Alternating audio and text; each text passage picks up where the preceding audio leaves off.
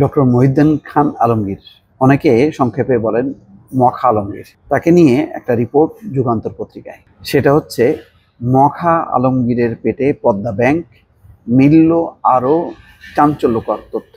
এটা আমাদের ব্যাংকের ইতিহাসের একটা কালো দাগ হয়ে থাকবে, দগদগে ক্ষত হয়ে থাকবে, যে একটা ব্যাংক জন্ম হইতে না হইতেই বা জন্ম নেবার পরপরই এর যে মৃত্যু, করুণ মৃত্যু, যার জন্য পরে এর নামও বদল করা হয়।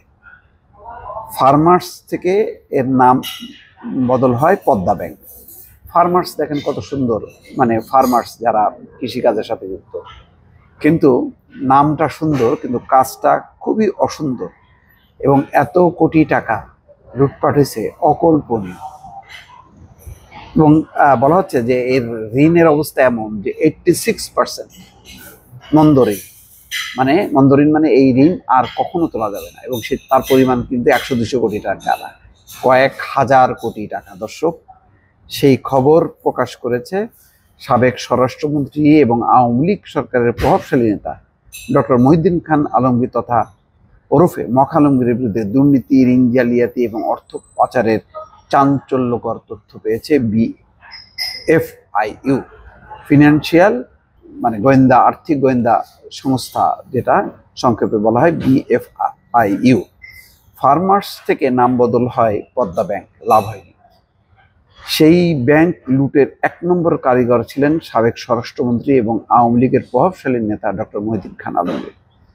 তিনি ব্যাংকটির চেয়ারম্যান থাকার সময় প্রায় 3300 কোটি টাকা লুট হয়, তিনি যখন চেয়ারম্যান ছিলেন, এবং তার সহযোগী বাবুল চিশতির মাধ্যমে লুট হয় আরও 1700 কোটি টাকা। এভাবেই পদ্মা ব্যাংকের প্রায় 5000 কোটি টাকা হাওয়া হয়ে যায়, যার আর কোনো হদিশ কখনোই মিলবে না। বর্তমানে ব্যাংকটির মন্দমানের খেলাপি ঋণের পরিমাণ 86%। এর মধ্যে বাবুল চিশতির সাজা হলেও ধরা ছোঁয়ার বাইরে মখা আলমগীর। আওয়ামী লীগ ক্ষমতায় থাকার সময় তার বিরুদ্ধে তদন্ত করা দূরে থাক, ভয়ে কথা বলারও কেউ সাহস পায়নি।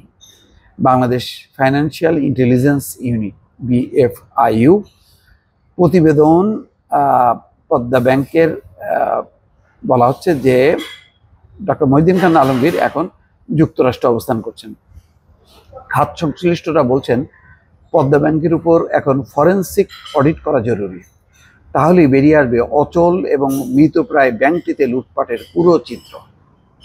ফরেনসিক একদম পুঙ্খানুপুঙ্খ তদন্ত করলে বেরিয়ে আসবে যে কী পরিমাণ লুটপাট হয়েছে। সংস্থাটির সর্বশেষ তদন্তে দেখা গেছে তার নিজের নামে, স্ত্রী সিতারা আলমগীরের নামে এবং পরিবারের নিয়ন্ত্রিত প্রতিষ্ঠানের নামে খোলা 33টি ব্যাংক অ্যাকাউন্টের মাধ্যমে মোট 398 কোটি 91 লাখ টাকার লেনদেন হয়েছে।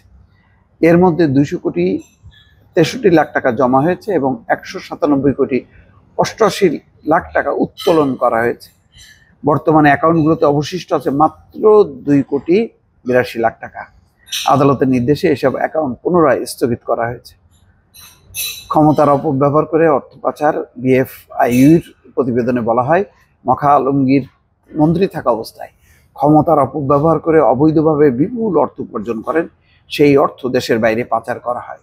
ভুয়া প্রতিষ্ঠান গড়ে তোলার মাধ্যমে বিপুল অঙ্কের টাকা নয়-ছয় করা হয়, কখনো নিজের নামে, কখনো স্ত্রীর নামে, আবার কখনো তথাকথিত ব্যবসা প্রতিষ্ঠানের নামে ব্যাংক অ্যাকাউন্ট খোলা হয়। এসব অবৈধ কার্যক্রমে পদ্মা ব্যাংক ছাড়াও আইএফআইসি ব্যাংক, যমুনা ব্যাংক সহ অন্যান্য ব্যাংক ব্যবহৃত হয়েছে।